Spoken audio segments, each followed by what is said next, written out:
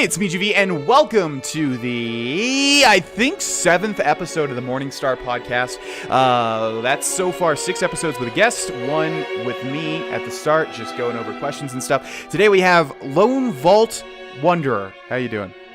How you going, man? It's good to be here. Yeah, absolutely. Like, LoneVaultWanderer is, I guess, one of the only people so far that we've had on that we've actually talked before. We were a part of collab mode together, which you started.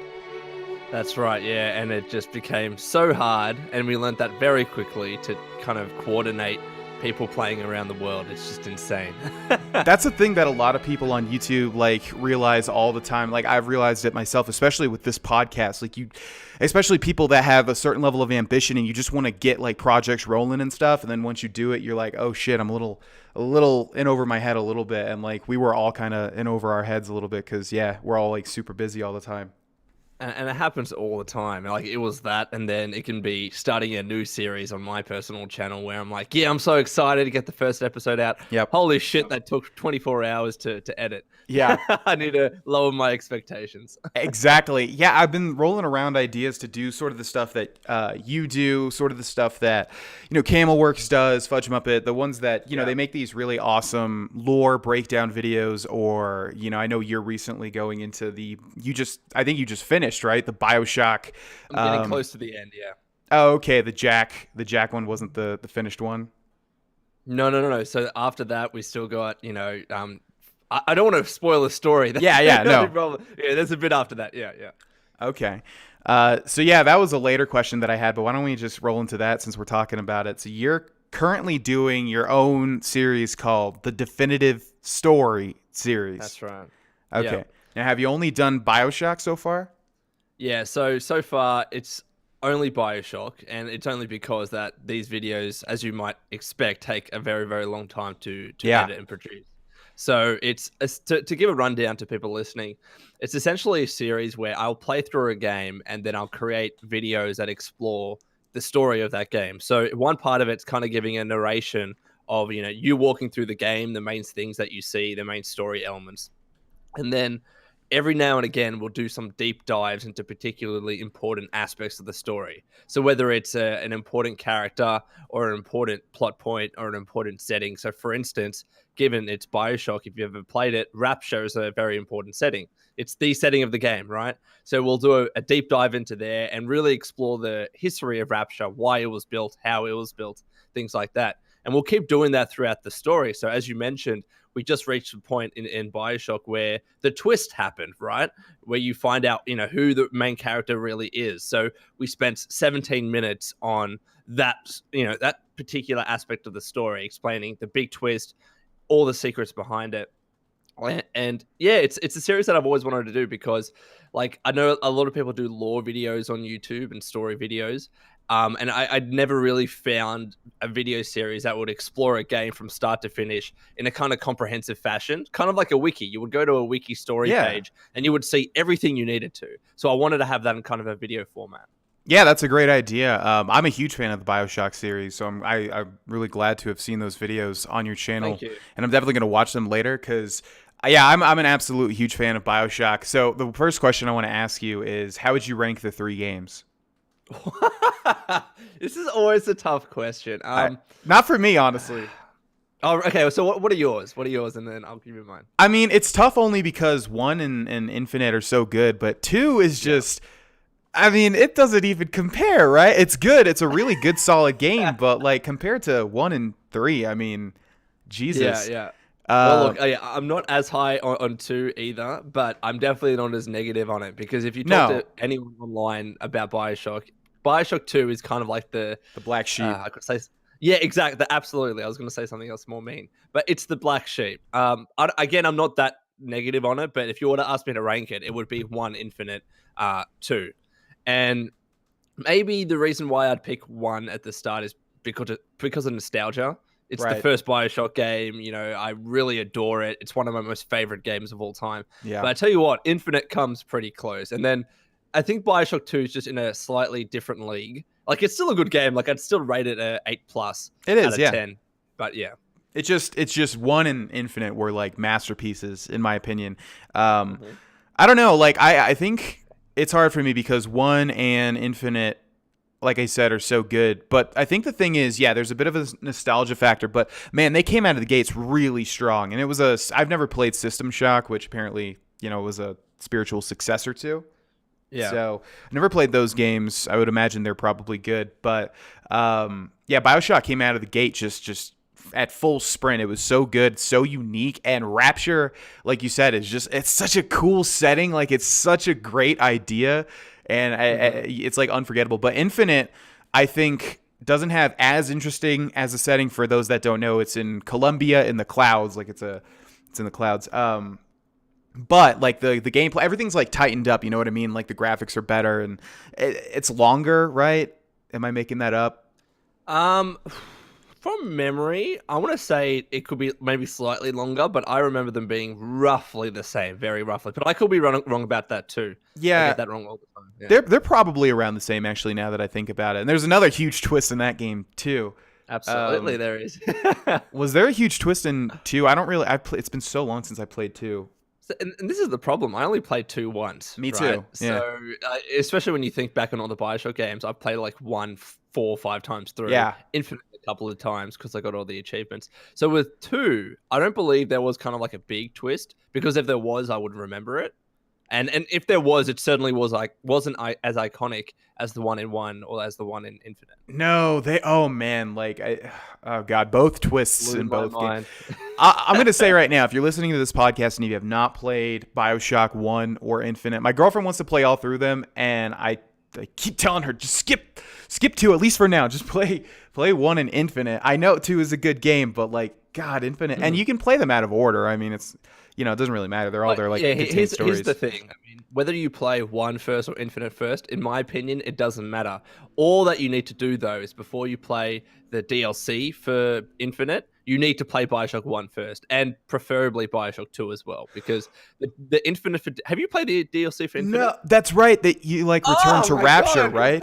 I know. Dude, yeah. Oh, I forgot. It is like the kind of in my opinion, it is the pinnacle of BioShock. Like if there was a piece of story content that I would say is the best for the BioShock series as a whole, it's that DLC by far. And I won't spoil it, but essentially, because Ken Levine was leaving, well, essentially shutting down Irrational Games, right, and making the studio defunct and no longer working on BioShock, this is, as I like to describe it, his way of giving back to the fans. It was an entirely kind of roundabout way of closing the loop of the BioShock story, wrapping it in a nice gift and giving it back to the fans and saying, hey, this is BioShock. Like he concluded it so perfectly and looped everything together back to the first game. It was brilliant. Absolutely brilliant. I don't know why I've never played it. So if I remember right, I remember when it was coming out, because I played BioShock Infinite when it came out, and I got all the achievements too, and just played a million hours of that game. But they released, like, you return to Rapture, right, or something. It's like in the 20. It goes back in time, maybe a different dimension, something like that. Yeah, I'm not gonna say. But okay, I remember how they set it up. I remember the trailer, and it had Elizabeth like wearing the stereotypical like. It just seemed very noir, right? They made it like they had a heavy tone of noir to it. Was it the one where she was kind of like smoking a cigarette? And she had the dark red lipstick. That one. Yep. Okay, so you're saying I need to play it. Oh, you absolutely need to play. Anyone that plays at least BioShock 1 and Infinite needs to play that DLC. It's the best bit about the series, in my opinion. I have all 3 BioShocks on Steam, and it's been so long since I've like done one, and I've only played through Infinite one time on that 100% playthrough. So I am going to play that, and I might play it on stream. And wait, the DLC is on Steam, hopefully. Absolutely, it is. I think so. And avoid the DLC. I think it's called Clash of Clouds. The ones that you want to play are Burial at Sea Parts 1 and 2. There are 2 parts. Okay. Yeah. Well, that will definitely happen. Yeah, because I totally forgot that existed. But it's amazing. Yeah, to my original point, if you're listening to this and have not played BioShock, play it, because seriously, BioShock 1 is such a unique, awesome game. There's a huge twist, so if you like twists, it's there. The story is amazing too. What I love about it is just the narrative, like the voice acting, the narrative, the tone that they set, everything about it is so, like, you get immersed under the sea, if you will. No, absolutely. And like before I played BioShock, I never really experienced storytelling like that, because the environmental storytelling in that game is brilliant. I mean, there's one bit, and this is not really a spoiler, but there's one bit where you arrive in this area of Rapture and you see a dead corpse hanging up and surrounded by electricity. And then you find an audio log next to that corpse that described what happened, and essentially that person was tortured. So you can kind of see the aftermath of it and also listen in your ear what happened at that time. It was just a beautiful piece of storytelling. Obviously a very messed up subject. Yeah. But still, the way that game tells story through audio logs, I just love it because you don't have to stop playing. You can keep walking through, looting, killing enemies while listening to what happened to Rapture in the past. It's brilliant. Yeah, and it works out really well because, if you don't know, you listen to, what do they call them? Audio logs, yeah. Audio logs, yeah. And there's like a million to find. There's like, 115 or something in the first game. Mm-hmm. Yeah, and some of them are missable. Yeah, yeah, and like all the voice acting is excellent. It's basically, it plays out like an alternative history type of game where I don't think it really is. Well, I guess technically is because nobody obviously in real life built an underwater utopia, as far as we know. But yeah, it's amazing. Just play it. Real, you never know. But yeah, you're right in terms of the alternate history because I've read a bit of the novel as well. There is a novel too, and it's pretty good. And essentially, it's after, I think it's World War II, where the creator of Rapture, Andrew Ryan, he was just so disgusted as to the wars happening on the world and, all just like governments becoming corrupted and stuff that he wanted to get away from that. So that was his original intention for building the city. And he's a billionaire and he just got to work and kept it a secret from the entire world and the US government. It's pretty interesting. Now, Columbia takes place in the same universe, right? Or a different universe? Correct. I don't want to spoil. Okay, because I forget how they tie in. World, yeah.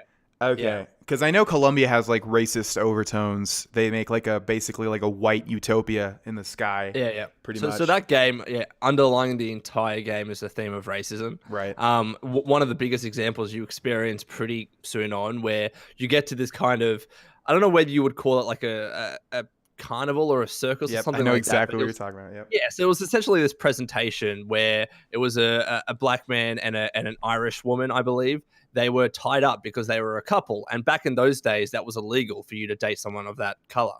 And then they gave to you as the main character, they gave you a ball and asked you to throw the ball at the couple as a form you of get punishment. First throw. Yeah, exactly. And it's just kind of treated in this, this is just how the way it is. And that permeates the entire game. Right. But I think it does so in a way that is not like promoting racism. It's trying to say, no, these were the times and this is where the game is set. No, so exactly. We have to be true to it. Yeah. And when did that game come out? I feel like it was 2011.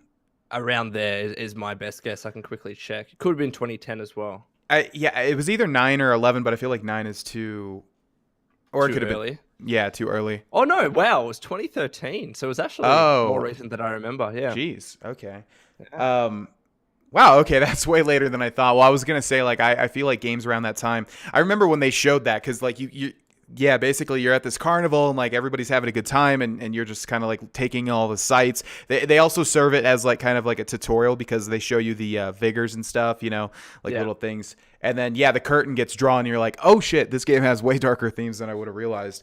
And like I think they intentionally, before you reach that point, they displayed Columbia as this really beautiful city with kids playing and utopia. People drinking coffee. It was a utopia, and that was completely out of nowhere. Where you're like, oh, this is an amazing city. It's really beautiful, and then you reach that point and think, holy shit, okay, this city's got some problems. Yeah, because just like with BioShock, you're kind of dropped into the world. BioShock 1, you're kind of dropped into the world. You don't know what's going on because it's not really a spoiler either because it's the beginning of the game, but it drops you into that world in like a mysterious way. So, man, what great games. Yeah, I'm just glad that that's like what you're doing now because I'm definitely going to check out those videos. And if you guys are interested, BioShock, seriously, it has one of the best. I mean, honestly, especially like when did BioShock 1 come out? Like 2006, 7, or 8, around then? I think it was 7, yeah. Okay, like games did not have like stories like that back then, at least not as well fleshed out and narratives and everything. And that game did it so well. So if you haven't played it, play it, and also watch LoneVaultWanderer's videos on the narrative if you don't have it or if you don't want to buy it. Yeah. Or even if you played and want to kind of like tie everything back together, because the beauty about that game is that on your first playthrough, you're not going to understand everything because you might miss an audio log or you just might miss, facts that are buried in a wiki somewhere and they were in the book or something. So in this series, I really try and bring that all together to try and give some background into the important characters and locations in the game. So when you finish that series, hopefully you have a really good understanding of what happened in the story. Yeah, definitely. Okay, so we got far into this already. Usually I start out the podcast with a hypothetical question. Now you haven't heard any of the podcasts, right? No, I haven't. No. Okay, so I've asked Fudge Muppet this, I've asked Campbellworks this. I'm actually going to switch it up though because I feel like it's getting stale. I asked them to, well, I asked everybody so far. You know, I asked them if they wanted the snail or the book question, and I guess I won't go into it. Are you curious? Do you want me to tell you? So I'm curious now. You've piqued my interest. Okay. Well, basically, the snail question is the snail. You get $10 million. You get invincibility, but the only thing that can kill you is this snail that also has immortality. The snail also has immortality, and it always knows where you are, and it's always coming to you. And if it touches you, you die. So the question is, like, would you do it? And I think take out the money because I think it's a better question if it's just immortality. Because if the money, like, everybody would do it. Because I mean. You're set up for a while. You're right. But anyways, for immortality, right? Yeah. I mean, everybody, like, no one has said no. So, but the whole point of the question is just that you're always being hunted. Like, even if you've got your life set up, even if you've got immortality, you're on the other side of the world. You always know that this thing's like coming after you, no matter how slow it is. You know. Yeah. Well, look, I would actually say no. I mean, first of all, I don't know what's all cracked up about immortality, because like living forever, eventually your life isn't going to have purpose. Like everyone that you love is going to eventually pass on, and that's just going to leave you, and it's going to be a vicious cycle for you for thousands and millions of years. So I don't know if I want to subject myself to that. And obviously that snail would be coming to kill you all the time. You'd be paranoid your entire life. So I'd actually say no. I don't see the benefit in that. Okay, you're the first no ever, so that's cool. And then the book question was, if you find a book, you open the book and you read through it, and it's basically has your whole life in this book. It says like exactly what happened, and then you get to this point, like, would you turn the page and like read forward? Would you read the future of your life, basically? Yes, I would. I'm really curious about what's going to happen in my future, and I don't know. I don't know whether having that knowledge of the future would actually change it. That'd be my only hesitant bit, because like now you know your future, you kind of. I don't know if you make any actions now with that in mind that could actually change it. I would though. I would absolutely read, and hopefully that would be my future, and I could have some certainty around that. I would too, because do you know the LaFave Bros? No, I don't. They did all the Oblivion like viral videos. Like where it's like a real life video, and you know the guy like replicates the guards or whatever, and he does it perfectly. I don't know, like they have like 5 million views or whatever. There's like 4 of them. Is that not ringing a bell?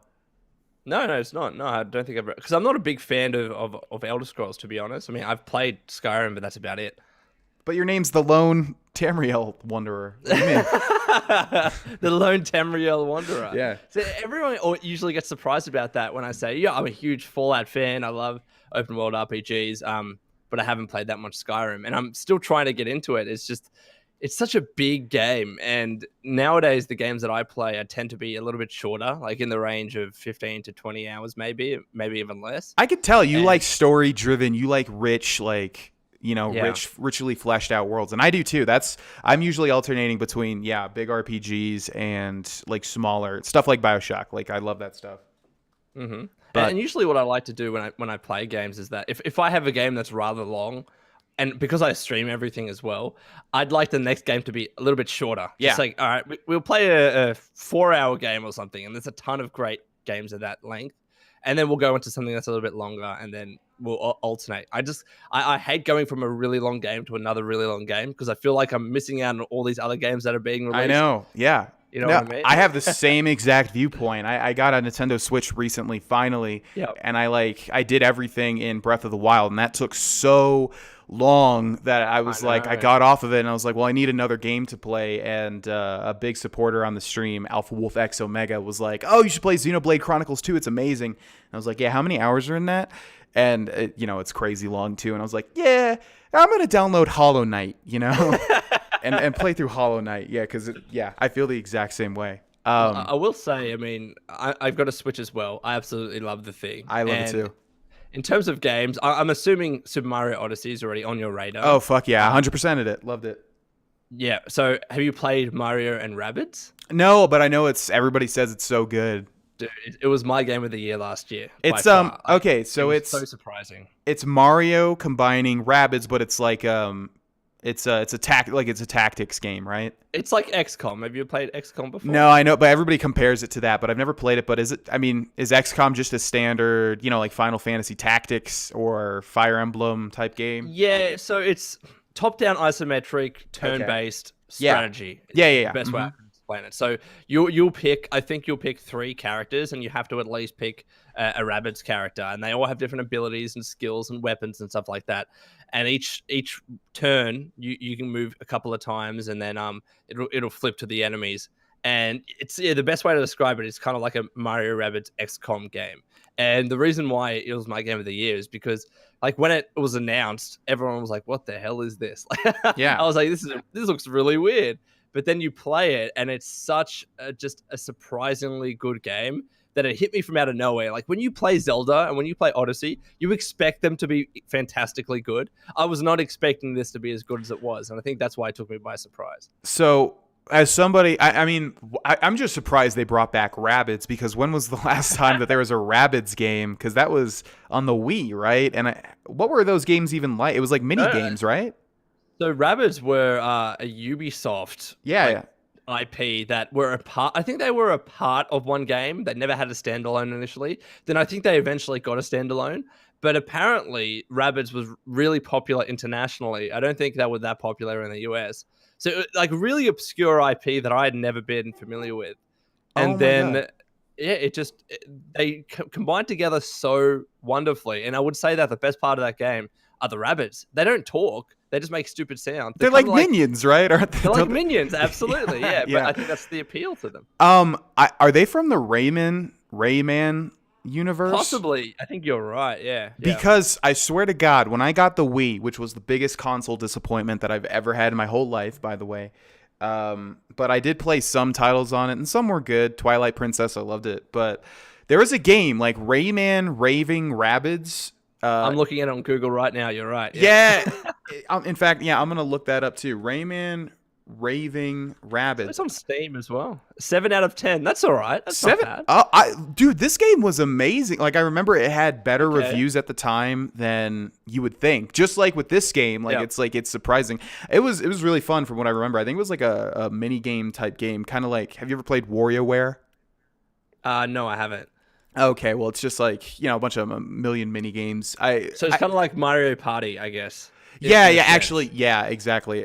I don't remember exactly how it was, but it was really fun. I just remember it was really fun. So that's the only thing that I know of Rabbids, and I guess they are from the Rayman universe, although I've never played any Rayman stuff. I think I played one Rayman game, and it was just years ago, so I don't remember it. Well, apparently that Legends game that I always see on Steam being touted is like super amazing good. Okay, cool. It's like a platformer. Okay, so the question I want to ask you was, like, somebody that's not involved in the Rabbids universe, I'm assuming you can still get a lot of enjoyment out of it. Like, it doesn't take you out of it. So much. Like, you don't need to have played any Rabbids games or any Mario games, because it's really not a story game. It's a fun tactical strategy game that just it's just so much fun. It's really, really enjoyable. There are different worlds you can go through with different kind of rounds. So you got like world 1-1. It's kind of like structured like old Super Mario games. Yeah. And you would have to progressively get through, beat each area, move on to the next, and then eventually you fight the final boss, whoever that is. And it's a whole lot of fun. Does it involve tower defense at all, like building structures, or is it just strictly like a tactics? Okay. Well, so it's tactics, but there are kind of different battles that you can have. So the most traditional one is where you have to kill all your enemies, and there's like a escort mission where you have to escort Toad to one area on the map, and you have to try and defend him, and Toad can't attack anyone, so you have to kind of get all your troops and gather around Toad and then kill all the enemies around him. So like those are the main two ones. There might have been one other, but to be honest, like I didn't really like the escort missions. It was the traditional fun battling ones that I loved. But escort missions are video game players' like favorite type of missions. Oh, everyone loves them, right? Classically. Didn't you Yeah. hear? And yeah, when you have it, So painful. I hate. Oh God, seriously. Like I know it's cliche to hate on that, but it's so true. Like escort missions is the biggest faux pas in my opinion for video games. It's just like why would you entrust? That's another reason why BioShock is good because they didn't make traveling with Elizabeth like that. You know, they made it. She's just a part of the game. Finally. That would just assist you and she could defend herself. I mean, Yeah. that's exactly what you want from a companion. And you expect that. Like, you'd expect that in the real world, if you were traveling with someone, that they'd be able to defend themselves. And initially, if you looked at some of the trailers before Infinite came out, Elizabeth was going to be a lot stronger. Like, the powers that she had and the abilities that she had, they were insane. I remember those early game. They changed the game from the early trailers like a crazy amount. I remember those early trailers, and they were still really good. And I was like, I was just dumbfounded by how cool they looked. There's a video on YouTube if anyone's interested. Just go BioShock Infinite, how it was or how it used to look. Yeah, and you'll see all those trailers and how it changed. It's pretty interesting. Yeah, I remember I was following that game because that was back when I was still reading Game Informer, and I was following it like like 100%, just every like step of the way, and I was really interested in it. Okay, but the thing was that so I think those two questions are getting stale because people usually kind of lean towards the same way. It's kind of like a right and a wrong answer pretty much. Not really. Obviously, it's still subjective, but, like I said, you're the first person that has said no, so that's interesting. There you go. But I wanted to ask, I think we might do a different hypothetical like each episode moving forward, or at least find one that I can stick with that doesn't get stale after a while. So this one's kind of weird, but I wanted to ask you anyways. So the alien's weakness, and I pulled this from Reddit, the alien's weakness turns out to be the tips of Nerf darts or arrows and the blades of like Nerf melee weapons. So which if you had to, gear up and fight the alien invasion and their only weakness was this Nerf material, which weapon would you choose to fight with? Oh, that's good. That's a good one. Look, I would only say like a bow and arrow, a Nerf bow and arrow, because I would want to keep my distance and try and provide support. I mean, they have Nerf guns. Like you have Nerf guns, absolutely, but Nerf guns aren't always like the fastest thing in the world, and I could imagine myself becoming surrounded pretty quickly. But maybe those aliens have teleportation abilities, and it doesn't even matter if you're a long distance away. So, yeah, look, I want to keep my distance. I want to be a sniper of sorts and defeat the aliens that way. So LoneVaultWanderer is going to strike up with a bow and an arrow, huh? Hell yeah. I'm going to be like Hawkeye from Avengers and kind of be the lesser hero. Yeah, the one that that kind of doesn't matter if they're there or not. He tries his best, and that's what counts. Hey, he hits every mark. He's the most interesting, boring one of the whole team. He absolutely is. No doubt. Yeah. Okay, to answer this question, definitely not melee. I think that's just stupid, right? I mean, you might as well just get range on it, like you said. I don't remember. I don't keep up with Nerf. I don't read Nerf Weekly, so I don't know what's out right now. But I would imagine they've got those Gatling guns, right? Because I know they've had them before. I'd probably do one of those and just shoot countless little Nerf darts at the aliens. That'd be a good idea. And then you have someone just continuously reload you with ammunition. That'd be awesome. The Nerf reloader. What a shitty job that would be. That's great. Okay, shifting gears. So you're streaming over the next month to help the Youth Cancer Foundation. Yeah, so essentially Sony Foundation Australia is teaming up with Twitch Australia and New Zealand for this. It's obviously a charity, and they're raising money to fight youth cancer. They created a program or a charity called UCAN back in 2010. And essentially what they do, they build youth cancer centers across Australia, which is where I'm from, to try and help people within the 15 to 25 years age range to combat youth cancer. Because one of the problems at that age is that there's not enough age-appropriate care. So there's a lot of low survival rate. It's a high mortality rate, right, is the alternative.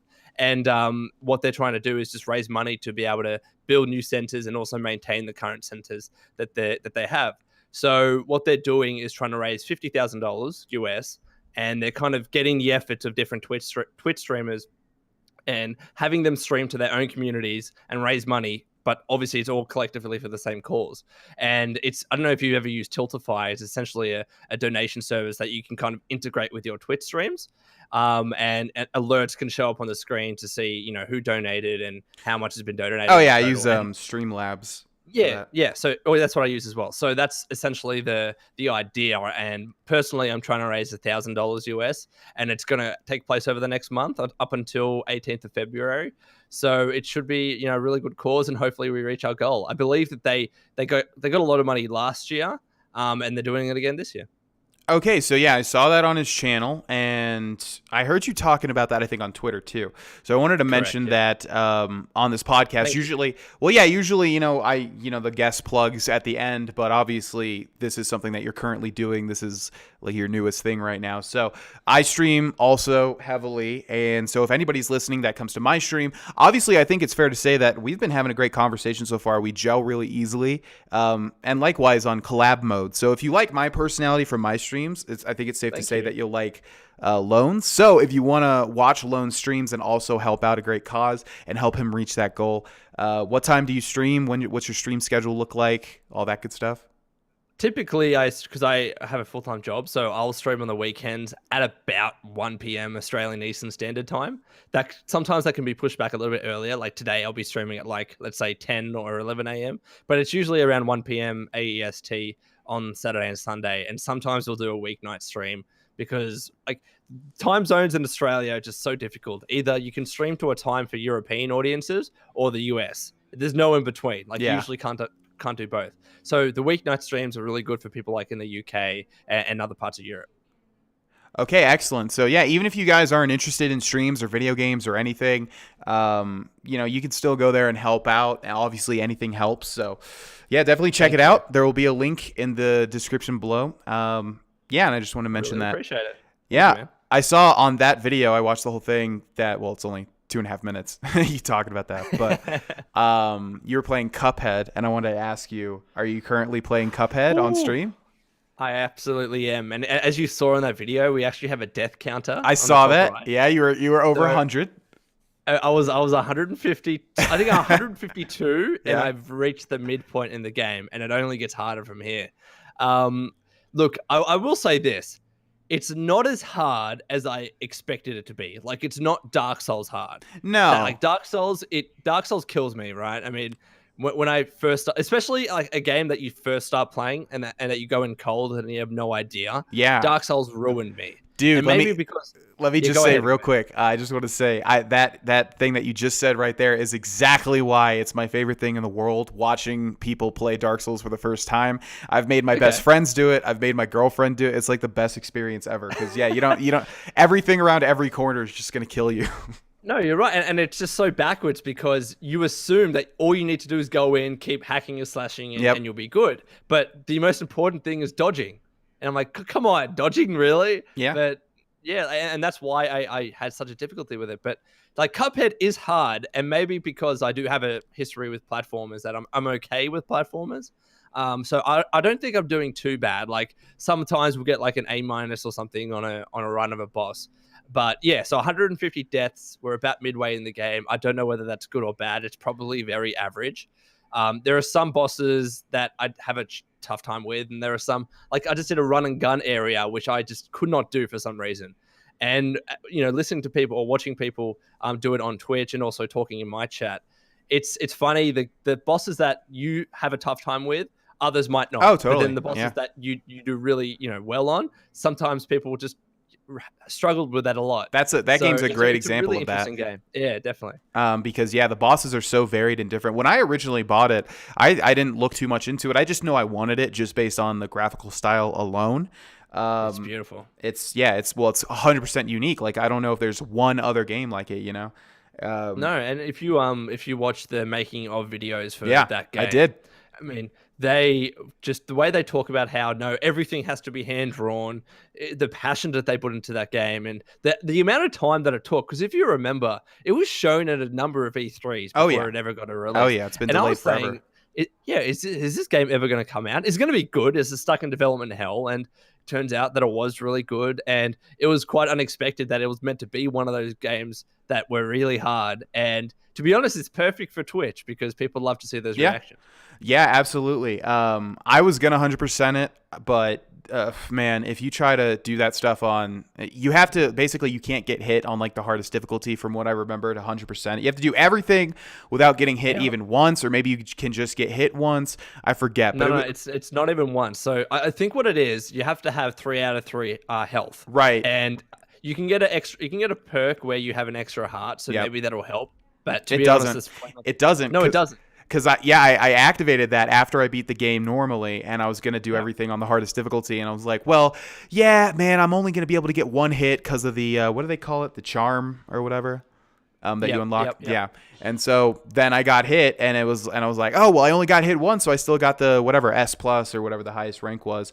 And no, you can't get hit at all. So I was just like, well, fuck that. That's never happening. I'm not doing that. But almost every boss that I've fought, I've at least had 1 hit against me. And it's not just the hits. You have to have a certain amount of parries. You have to do certain other things as well. And I think you have to beat it within a reasonable time too. Yeah. So I could not imagine how long it would take to 100% that game. Are you aware of the weapon switching glitch?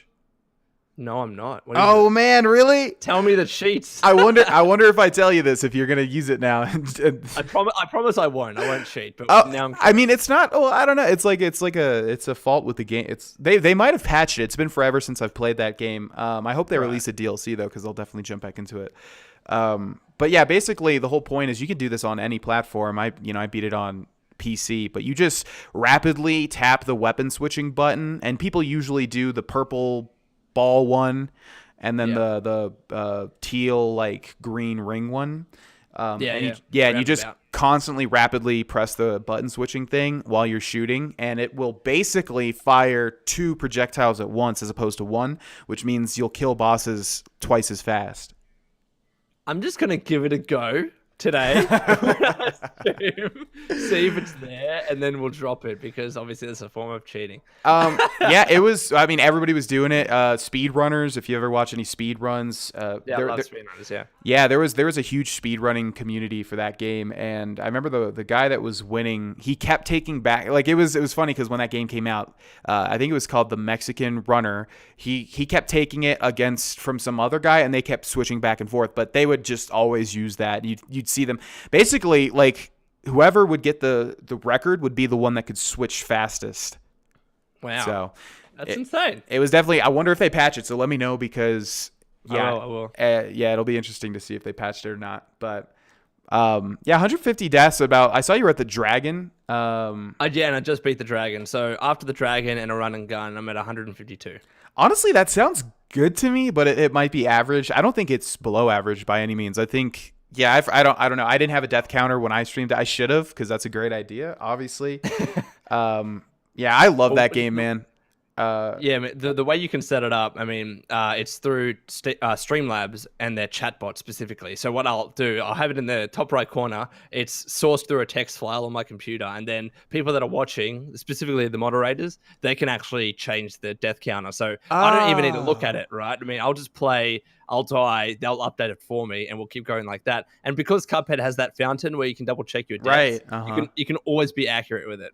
Oh, cool. Okay, I was wondering how it auto-updated, because I do everything on stream myself, and a lot of people are like, hey, you could make mod have permissions, and I'm like, I know, but I like controlling everything. But that would be a great way, to add that. Are you aware of the pacifist challenges in that game?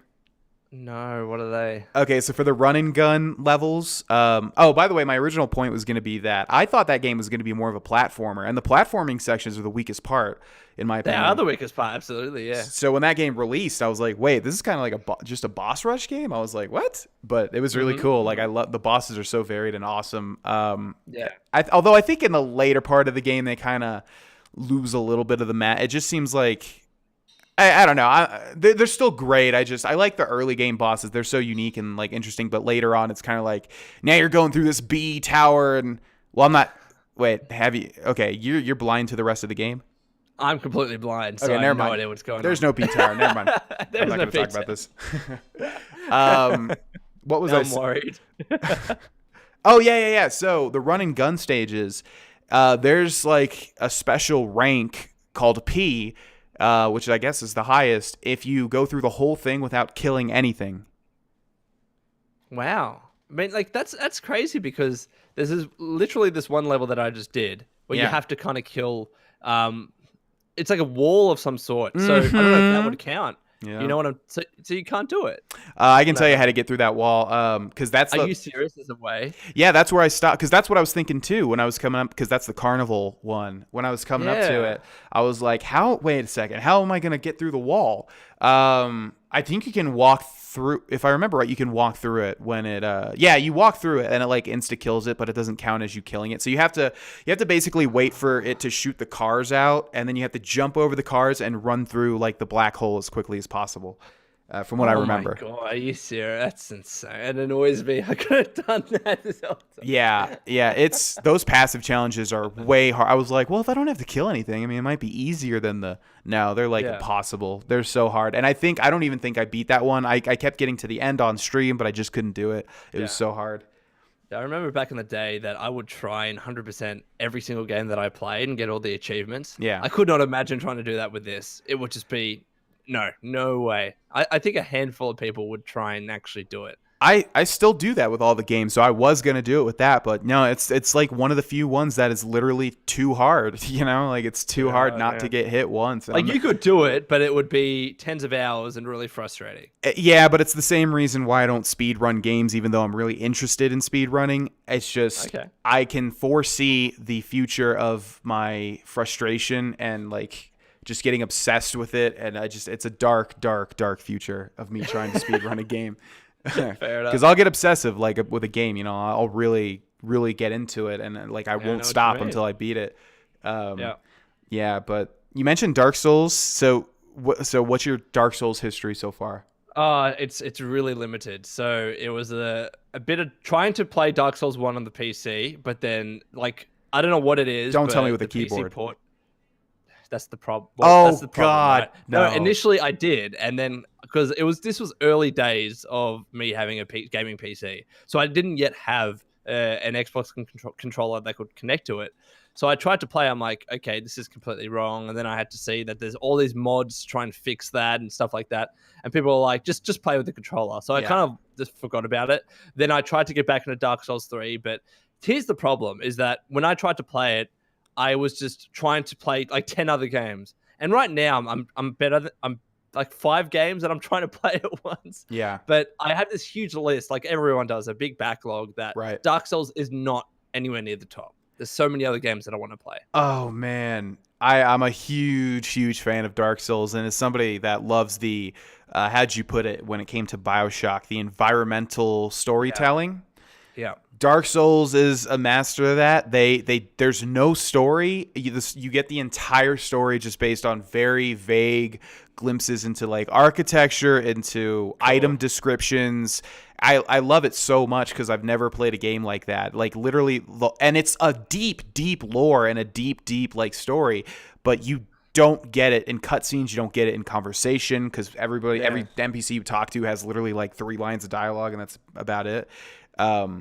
I don't know, man. If you want to give it a second shot, it's hard. But the thing I always tell people is that because I've 100%ed 1, 2, and 3. I've done them all. Jesus Christ, that's insane. Yeah, multiple times because I seriously, they're just amazing games. They really are. If you give it another chance. 2, it's kind of funny because it's like BioShock. 2 is the black sheep because I forget exactly what happened, but the main creator of the first game wasn't there for the second one, but was there for the third one. So it's exactly like BioShock. Yeah, exactly. So like 2 is still good. 2 is really good, but 1 and 3 are made by the same guy from what I remember, and you can tell they're more like they're similar. They're amazing. If there's any time for me to play it, it would be with the announcement of the remastered version. That's coming to the Switch. Exactly. I think it's coming to PC as well. So something up-res, and I have a new PC, so it might look really beautiful for me to play. Yes. Yeah, I seriously, and your stream, by the way, would love it because that's another death counter type game that's just, especially, don't look up any guides or anything. Just play through it blind. Like, that is so fun to watch people play for the first time. All right. And how long does it take to play? So, I mean, like a speedrunner, I've played the first one so much that I know like where to go and stuff. But the first, I mean, let Let me give you a concise answer. The first one's, it's not like an RPG or anything. Like, you can do as much as you want. There's not really there are side quests, but kind of like Zelda side quests where it's like not so, not just like, oh, go and I'm not talking about Breath of the Wild, because Breath of the Wild is like this, where it's like, go get 10 bugs, but like the other Zeldas where it's like, go find this crazy sword, and like a 3-part thing. Well, it looks pretty long. I mean, I'm looking at how long to beat, and it says about 48 hours on average for the first main story. Yeah, apparently. Does that sound right? 48? No, but I mean, and then a rush playthrough is about 28 hours. That's what they say.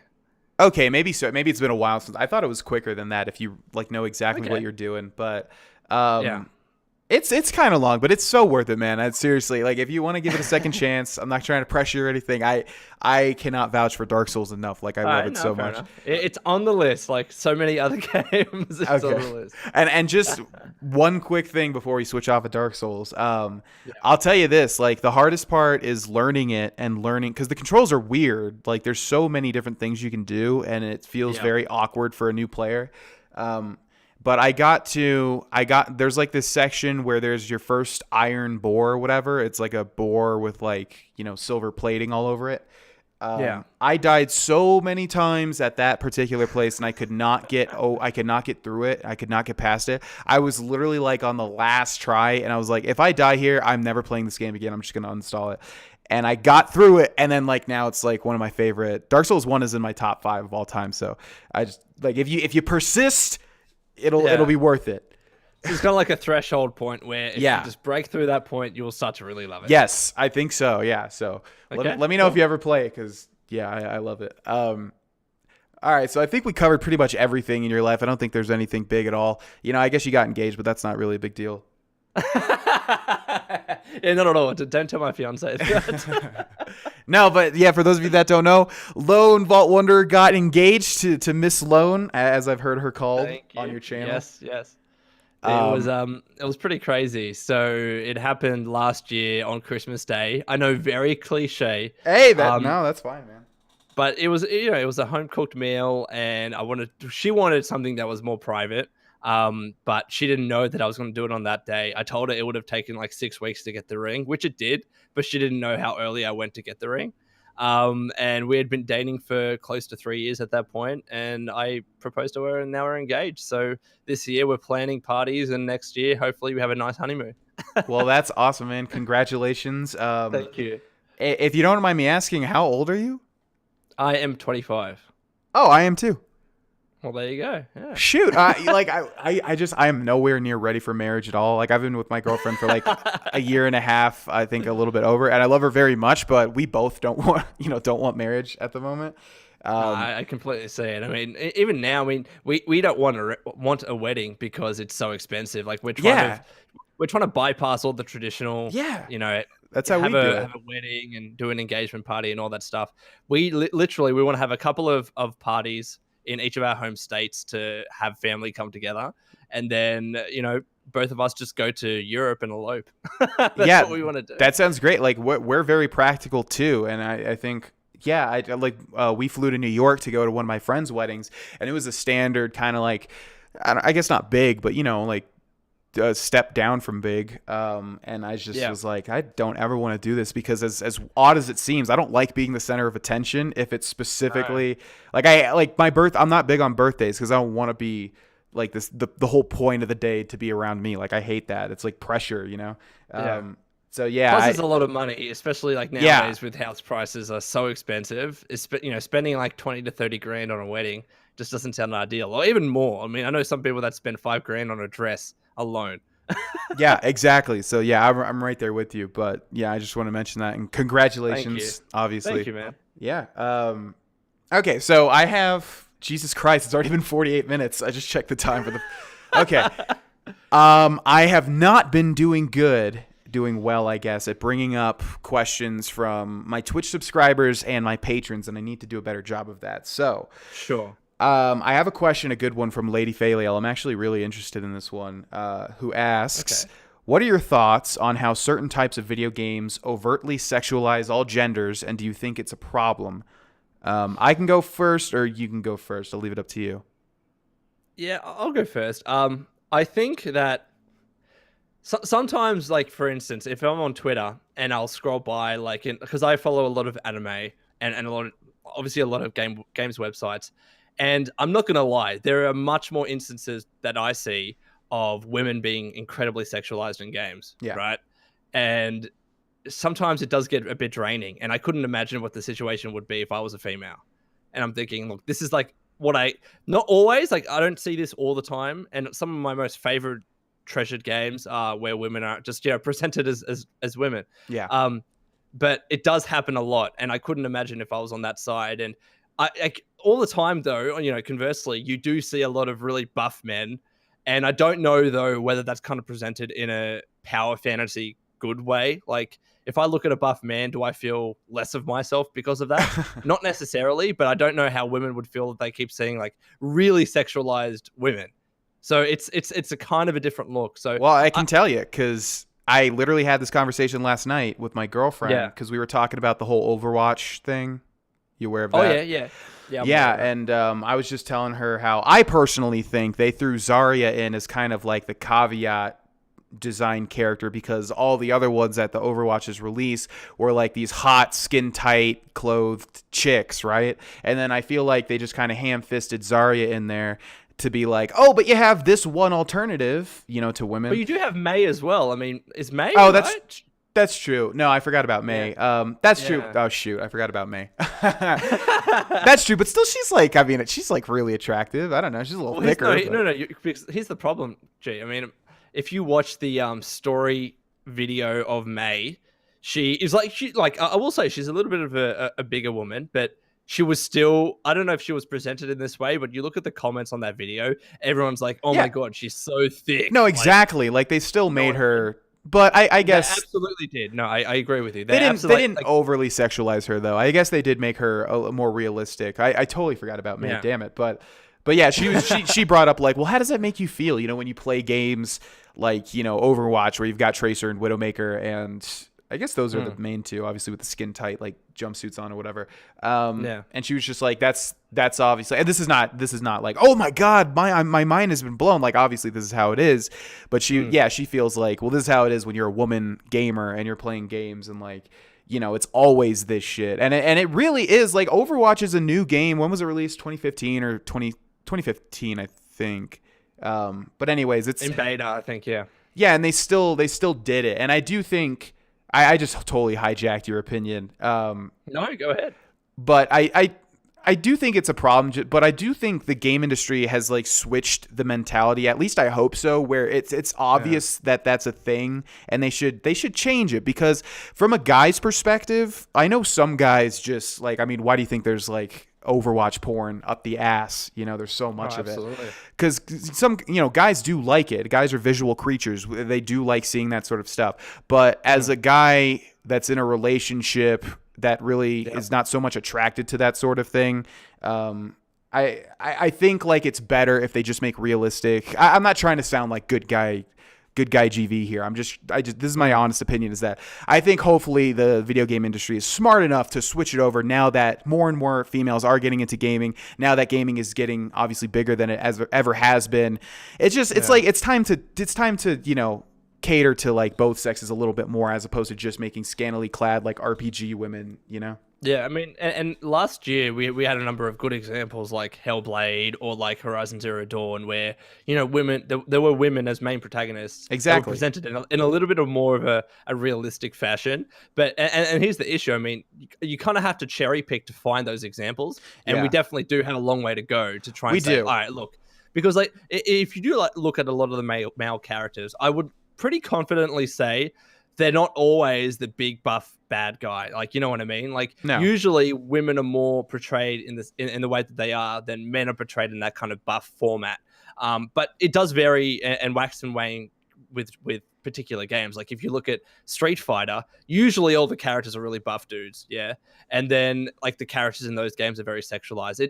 It is still a problem. I'm going to 100% agree with you, because you look at a lot of games, you have to cherry pick to find women that are presented in just a normal format, like a Zarya in Overwatch, for instance. So, Tomb Raider does kind of a good job.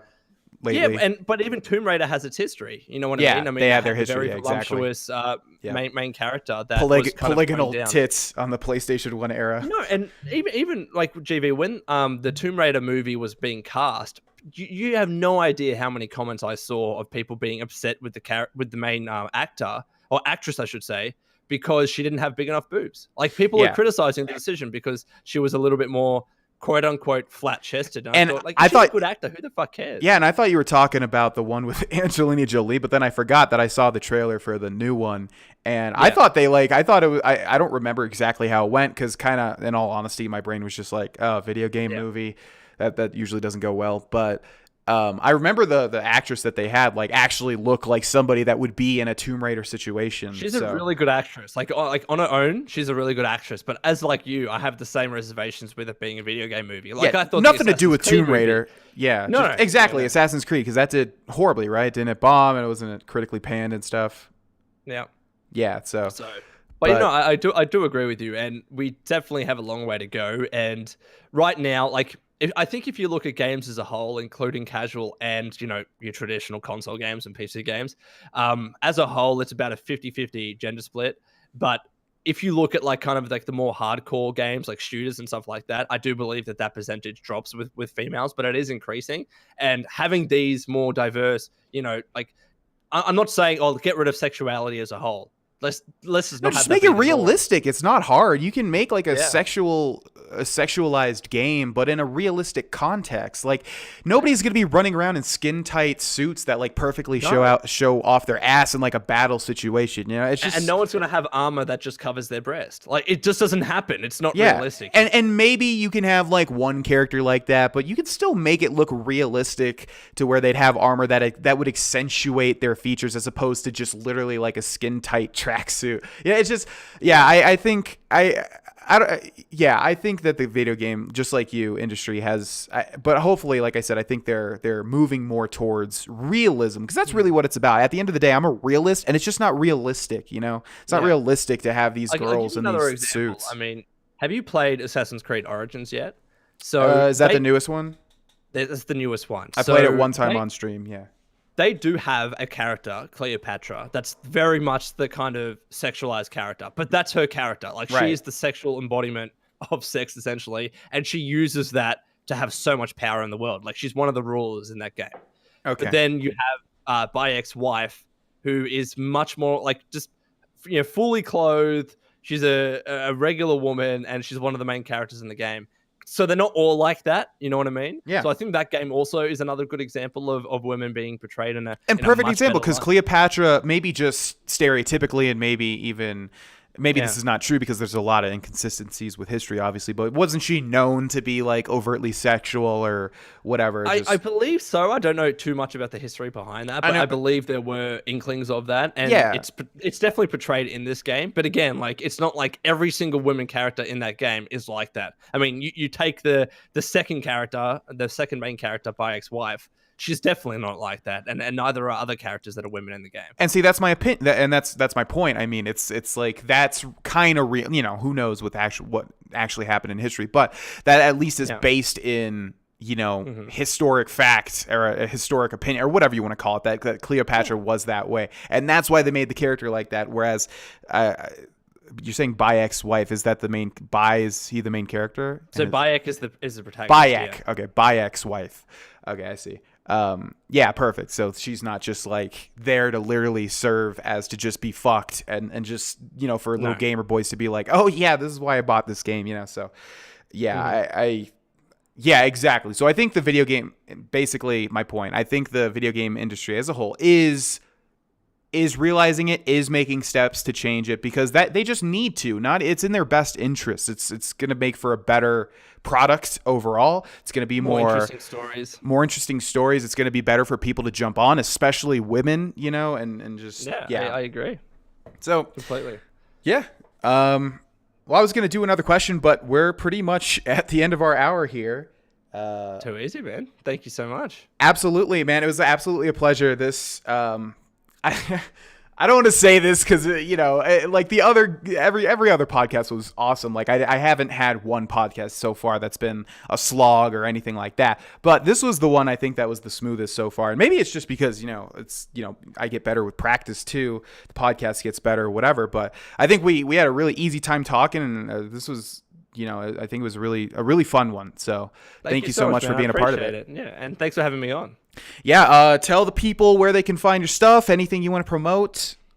Yeah, sure. So you can find me on YouTube, Twitter, Twitch, just at LoneVaultWanderer. Spell that with one word, and you should be able to find me in the search. And like we talked about today, I do the definitive story videos, I stream, and I also tweet a lot about the industry.